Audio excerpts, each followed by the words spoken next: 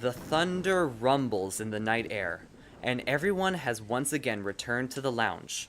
The fire roars in the hearth, and the room is filled with a new uneasy tension. Eyes dart towards guests, mistrust filling the room like an ominous cloud, growing bigger and more prominent, until the silence soon becomes suffocating. The silence is broken by Colonel Mustard. Well, it seems we have all returned safely from our searches around the mansion. Did anyone find a trespasser? Me and Mrs. White didn't discover any trespassers on our side of the mansion. However, we nearly got ourselves killed with the traps set up around the house. Traps, Mr. Green? You mean the murderer set up traps around the house? It seems they did, Colonel. We also encountered a trap set up in the library, Mr. Green. But it was nothing me and the professor couldn't handle. But if none of you found any trespassers, then who set up those traps around the manor? Well, of course, the only factor left is that one of us is the murderer. Everyone goes silent for another moment, the rain pounding against the glass windows, becoming deafening within the silence. Well, it's about time someone said it other than me. One of us is the killer, and I know exactly who it is. I have evidence. How quick you are to accuse one of us, Miss Peacock. What's that supposed to mean, Professor? I mean to say that I didn't receive the title of Professor from a cereal box. Tell me, did you and Colonel encounter any traps? No. Surprisingly, I and Colonel Mustard didn't encounter any such traps as what the rest of you had. Curious to have seen no danger on your side of the manor, and to be the first to jump at the idea of accusing someone else. Hold on a minute, Professor. She couldn't have set up those traps. I was with Miss Peacock the entire time we were searching the manor. Except one. At dinner, you left the table to clean the champagne out of your dress. Plenty of time to set all those traps, wire the lights to burn out, and sneak out in the dark to quickly kill Mr. Boddy before we realized you were gone. I'm accusing you of the deaths of Mr. Boddy, Miss Peacock. Well, I love my cousin to death. Why would I kill him? Because of this. Professor Plum pulls out the crumpled piece of paper that he had hidden inside his suit pocket. I knew you'd found something important. I'm sorry, Scarlet, but I knew it would help in my accusation. Where did you get that? Mrs. Peacock attempts to snatch the paper away, but Plum moves the paper away from her reach. From Mr. Boddy's library. It's his will. I took the pleasure of opening it up for myself and reading it. There's an entry stating that in the event of death, all of Mr. Boddy's finances and money would be passed down to his next living relative. You, Miss Peacock, are his closest living relative. However, there is a recent entry to the will that says last May you were disowned from the inheritance. Is that true, Miss Peacock? Mrs. Peacock's face turned beet red, and her bony hands are gripped into fists. It is. You would have been furious, angry that your cousin cut you out of his will. So you killed him. I didn't kill him, but I know who did, and I can prove it. Yes, we do. On our trip to the kitchen, we stumbled upon... It was you, Colonel Mustard. You killed Mr. Boddy. What? For heaven's sake, Miss Peacock, I thought you trusted me. After tonight, I don't think I do. During our trip to the kitchen, you told me the story of how Mr. Boddy had killed your best friend Paul on the battlefield. He was shot, and you two had a big disagreement. Wouldn't a dinner party be the perfect place to seek your revenge? I shared that privately with you. How dare you use my story for your accusation? I loved John like he was a brother. I couldn't have killed him. Sorry to interrupt your interrogation, Mrs. Peacock, but you and Professor Plum are missing one crucial fact to your accusations. How Mr. Boddy was killed. Mr. Green pulls out the knife from his side pocket, the red-tinted handkerchief still wrapped around the blade. While Miss White and I were inspecting the body of Mr. Boddy, we discovered the murder weapon.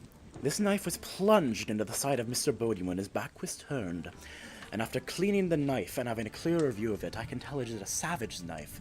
The engravings are written in Mesopotamian letters. Are they not, Professor? You think I killed him, Mr. Green? Why, he was my business partner. I had no need to kill him. Oh, but you did. I worked as Mr. Boddy's financial worker. so I knew all about the oil money from Mesopotamia. We had to destroy about half the ruins in order to reach that oil. At dinner, you can't deny the spite you had towards Mr. Boddy when he spoke of the oil rigs. An ancient city destroyed by my men in search of money. What cruel irony it was to stab him with the same tool of the civilization he was destroying. I will not stand here and be accused of something I never did. Mr. Green, the professor may be harsh on these subjects, but he's too much of a gentleman to kill someone. I know firsthand that he is kind, considerate, and a good person. Actually, Mr. Green, I think she's telling the truth about the professor. However, I would not believe everything Miss Scarlet says to be true. I'm sorry. Would you like to say something to me, Mrs. White? As a matter of fact, I do. Look what I found in Mr. Boddy's closet when I was searching the house. Out of Mrs. White's maid's gown, she pulls out a woman's white lace undergarment. Scarlet's face flushes. Aha! You can't control your emotions, you hypocrite! You had an affair with Mr. Boddy. He loved you for a short time, and when he began to drift away, you decided to kill him out of jealousy, knowing that he would rather be single than have you as a wife. Admit it. You killed your lover, Miss Scarlet. I don't throw myself onto people, Miss White. I loved John, and we had a beautiful relationship. Yes, we recently had been drifting, but I wasn't mad enough to kill him. Please, Miss Scarlet, you would throw yourself onto any living man to get your way. You are a flounce, aren't you? Mr. Boddy and Professor Plum are like presents at Christmas to you, just waiting to be unwrapped. How dare you talk to a woman that way, you financial pig! I may be a flirt, but I never said I was an illicit woman. Besides, you killed Mr. Boddy and not the professor! Mr. Green's eyes darken, and he moves calmly towards Scarlet, so they are only an arm's length apart. Prove it. Remember our last conversation? Well, I happened to find Mr. Boddy's financial records in his study. Nothing but bills and receipts. His finances were a mess, with more money going out than what was coming in, like you said. This one right here is an audit note on the manor. Mr. Boddy was bankrupt, and he was receiving pressure from the bank, which was given to you personally. You killed him after a long buildup of anger, and decided to strike him down. That's a lie! The proof is in the pudding, Mr. Green. You killed John Boddy! Wonderful. Now it seems that everyone except Mrs. White has been accused of killing our dinner host. Does anyone have any accusations for her? Actually, I have reason to believe that Mrs. White... I killed Mr. Boddy. The guests are flabbergasted. Mr. Green's mouth hangs open, with everyone else having wide eyes staring in the direction of Mrs. White. I will not lie to you anymore. I poisoned Mr. Boddy's champagne glass when I went to retrieve the other bottle to replace the one I had spilled. But would you all like to know something? I believe that none of you liked him either. I may have poisoned the glass, yet I didn't stab him in the back or hook up the traps around the house and short out the lights, which means that there's someone in this room who loathed him as much as me. The rest of the guests' expressions change from horror to surprise. A moment passes before a laughter comes from Miss Scarlet. You are a mad woman, Mrs. White, but a smart one as well. You can't share the spotlight for long because it was I who set up the guillotine in the bedroom.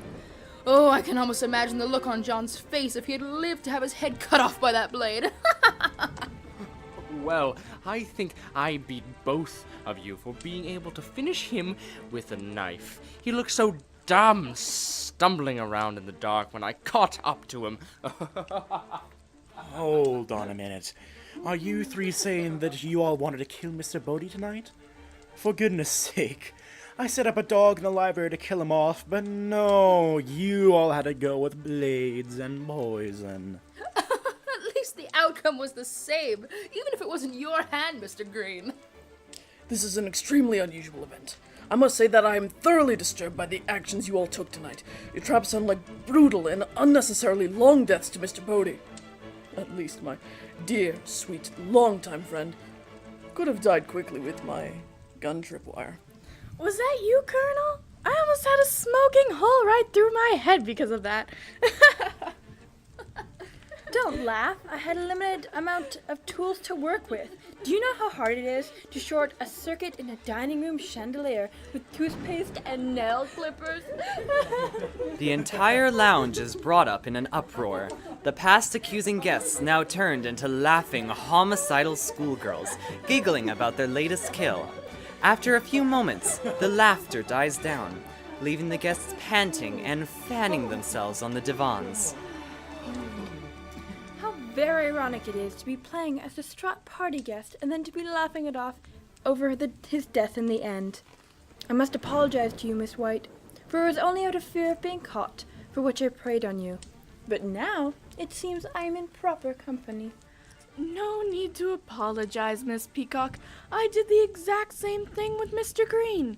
However, I do have one question now that needs to be addressed. What happens now? I don't think you have to worry about that, Miss White. The rain has stopped, and the sun is coming out. It's a new day, and the night has ended.